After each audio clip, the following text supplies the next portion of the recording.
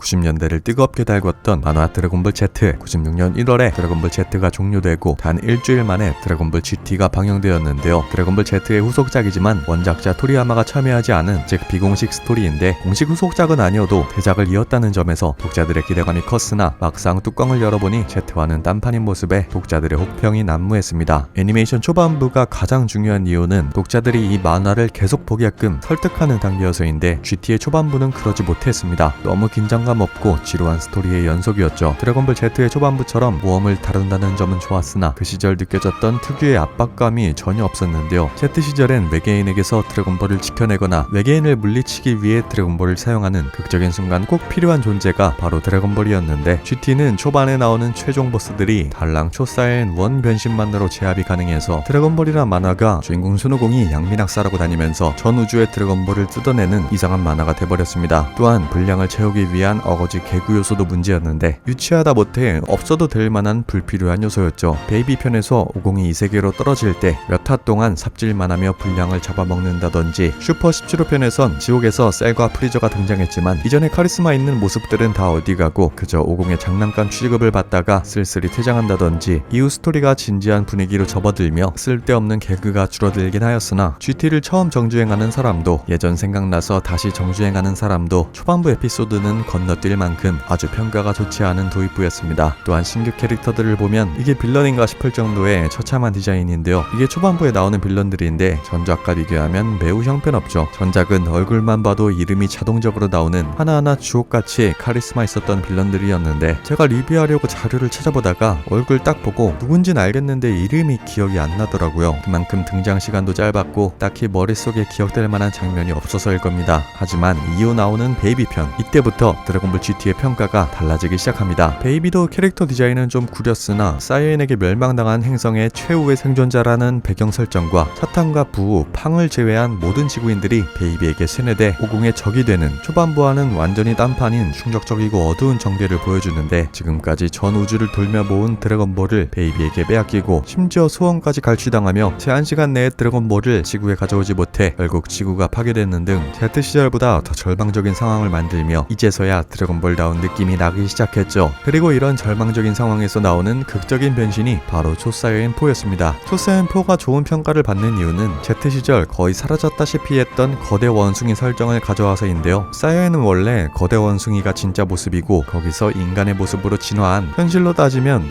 오스트랄로피테쿠스가 몇백만 년에 걸쳐 사람의 형태로 진화한 느낌인데 그 인간의 모습으로 진화한 사이언이 보름달을 보고 다시 거대 원숭이가 됐을 때 이성을 잃지 않고 원래의 평온한 느낌을 가질 수 있으면 바로 그 사람이 초사이언4가 될 수 있었죠. 초사이언4는 방영 당시에도 인기가 엄청났지만 최근 나오는 드래곤볼 슈퍼의 초사이언 갓과 비교되며 재평가받고 있습니다. 초사이언 갓은 그저 신룡을 불러내 변신 방법을 알아낸 후 손잡고 기만 몰빵해줘도 변신이 가능한 매우 단순하고 극적인 요소도 없었는데요. 악당에게 나 변신 중이니 건들지 마라 라고 대놓고 말하는 세계 만화 역사상 전무후무한 매우 뻔뻔한 변신 장면이었고 그 근육질 사이어인을 말라깽이로 만드냐며 외형도 구리다는 평까지 들었죠. 초사이언4는 날 것 그 자체의 야성적인 외형으로 약간의 호불호가 있지만 매우 극적인 순간에 나오고 사이어인의 꼬리 설정을 부활시켰다는 점 때문에 매우 긍정적인 평가를 받았고 슈퍼의 갓, 블루, 극이 등 단순 색깔놀이에 지친 독자들은 그땐 몰랐지만 알고 보니 초사이언4가 선녀였다며 방영 당시에도 나쁘지 않은 평을 들었던 초사이언4는 계속해서 재평가받고 있는 상황입니다. 하지만 이후 나오는 슈퍼 17호 편은 베이비 편 이후 잘 나가던 GT의 평가를 깎아먹은 에피소드가 됩니다. 지옥에 떨어진 닥터 게로가 이승과 지옥을 연결하는 게이트를 만드는 바람에 문자 그대로 헬게이트를 열어버렸고 그곳에서 만든 인조인간 17호를 현실 세계 17호와 합체시켜 슈퍼 17호란 괴물을 만드는데 일단 게로 박사가 자기 말도 안 듣고 심지어 자신을 죽이기까지 한 17호를 다시 부하로 써먹으려 하는 것부터가 스토리적으로 상당한 무리수였고 파워 인플레를 커버하기 위해 17호가 원래 셀을 능가하는 잠재 능력을 가지고 있다는 설정을 추가하는데 원작에서의 셀은 게로 혼자 완성시키기에는 너무나 방대한 프로젝트라서 컴퓨터에게 맡겼을 정도였고 17호는 셀의 완전체에 필요한 단순 유기질이었죠. 게로가 17호보다 약한 셀에 목맨 것 자체가 설정 붕괴가 될 뿐이었습니다. 그렇게 어이없게 떡상한 17호 때문에 초사이언4의 포지션도 애매해졌고 결국 17호에게 쥐어터지는 파워 인플레에 잠식당하는 모습을 보였는데요. 그나마 슈퍼 17호 편에서 가장 긍정적이었던 평가는 베지터의 성장한 모습이 많이 비춰져서입니다. 가족에는 물론이고 특히 50에게 더 이상 자격지심을 부리지 않는데요. 또한 17호와 싸울 때 나는 사이아인의 긍지를 가진 지구인이다 라고 외치며 끝까지 싸우는 모습을 보이는데 연출이 조금 안 좋아서 그렇지 작가가 좀 더 신경 써줬으면 마인 베지터의 자포급의 명장면도 나올 수 있다고 봤는데 그 부분은 조금 아쉬운 것 같습니다. 아마 원작자 토리야마가 조금이라도 참여했다면 분명 여기서 베지터의 명장면을 만들어냈을 것 같죠. 이어지는 4학년 편에서도 베지터가 오공에게 먼저 퓨전하자 제안하고 오공이 지적해도 잠자코 듣는 장면처럼 라이벌 의식이 사라진 것은 아니지만 자존심에 휘둘리는 모습이 많이 줄었습니다. 반면 드래곤볼 슈퍼에서는 마찬가지로 베지터가 성숙해진 모습이 보이나 반대로 주인공인 손오공이 마탱이가 가면서 오히려 베지터가 당황하는 장면이 나오고 지구를 넘어 우주까지 파괴하려 안달난 슈퍼 오공과는 반대로 지구를 지키려고 한 몸 던져 발악하는 GT50이 또 재평가될 수밖에 없었습니다. 그리고 이어지는 4학년편 지루했던 이전 에피소드들은 바로 4학년편과 엔딩을 위한 포석이었다 봐도 무방했습니다. 이전에 시시한 내용 때문에 안티가 됐던 팬들도 다시 돌아서게 만든 레전드 에피소드였죠. 17호에게 사망한 지구인들을 되살리기 위해 드래곤볼을 모았으나 어째서인지 모은 드래곤볼 전부 금이 가있는 상태였고 뭔가 기분이 묘했지만 다른 방법이 없으니 어쩔 수 없이 신룡을 불렀으나 드래곤볼의 금에서 연기가 나오더니 신룡이 아닌 흑염룡이 등장합니다. 흑염룡은 더 이상 소원을 들어주지 않을 것이라 통보한 뒤 7마리의 사악룡으로 분할하며 자리를 떠버리고 그 7마리의 사악룡을 처치해 드래곤볼을 정화하고 지구를 지켜내는 과정을 그린 에피소드인데요. 드래곤볼 GT는 드래곤볼이 없으면 결국 모두가 소멸하는, 즉 드래곤볼로 시작된 이야기를 드래곤볼로 마무리 짓는 이야기였지만 드래곤볼 슈퍼에서는 드래곤볼을 단순 빙고 게임의 우승 경품으로 사용하며 드래곤볼을 그냥 한 번 쓰고 많은 아이템 정도의 취급을 해버렸기 때문에 이런 상태에서 신룡의 위험이 남아있을 리 만무했고 드래곤볼은 더 이상 신비의 대상도 아니었으며 갈수록 죽음에 대해 대수롭지 않게 생각하게 되는 만화 이름이 드래곤볼이란 것이 무색할 정도까지 오고야 말죠. 하다못해 GT를 인정하지 않은 슈퍼 팬들조차도 이제 이상한 빌런은 좀 그만 만들고 4학년 편 같은 걸 드래곤볼 슈퍼에 삽입해야 된다고 호소할 정도였습니다. 이후 마지막 일성장군과의 싸움에서 작중 최고의 합체 캐릭터 오지터가 등장하며 정점을 찍었는데 짧은 시간밖에 나오지 못했음에도 불구하고 독자들에게 강렬한 임팩트를 선사했기 때문에 현재까지도 베지터와 함께 합체 캐릭터의 양대 산맥을 이루며 압도적인 인기를 자랑하는 캐릭터로 남아있습니다. 게임에서도 출시됐다 하면 엄청난 매출을 발생시키는 흥행 보증 수표이기도 하죠. 그리고 드래곤볼 GT 하면 빼놓을 수 없는 지금까지도 회자되는 장면이 있는데요. 치치가 저녁밥 전엔 집에 오라는 말을 등지고 신용을 타고 떠나는 손오공의 모습이 많은 이들의 심금을 울렸을 것입니다. 오공이 떠날 수밖에 없었던 이유는 신용과의 거래 때문이라 추측할 수 있는데 오공은 일성장군의 일격으로 이미 목숨을 잃은 상태였지만 죽기 직전 신용과 어떠한 형태의 거래를 제안하자 신용이 이를 받아들여 오공이 죽어서도 계속 싸울 수 있었고 일성장군은 자신의 공격이 전혀 먹혀들지 않자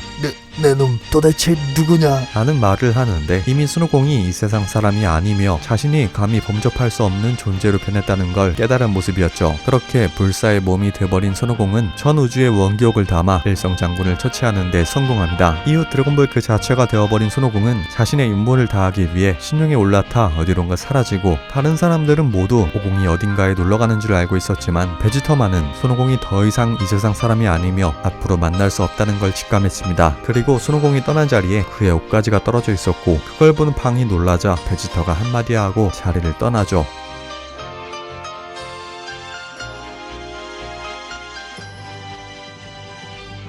드래곤볼 GT는 만화의 취지에 맞게 절대적 존재가 신용이란 걸 각인시켜주며 드래곤볼로 시작된 이야기를 드래곤볼로 마무리 지었습니다. 결국 초반부의 지루함이 바로 엔딩을 위한 것이었음을 증명했는데요. 원작자 토리야마의 개입이 있었다면 더 완성도가 높았을 것 같아서 조금 아쉽긴 하지만 미흡한 부분들을 전부 보완해준 이 훌륭한 엔딩만으로도 충분한 가치가 있는 드래곤볼 GT가 아니었나 생각해봅니다. 재밌게 보셨다면 구독!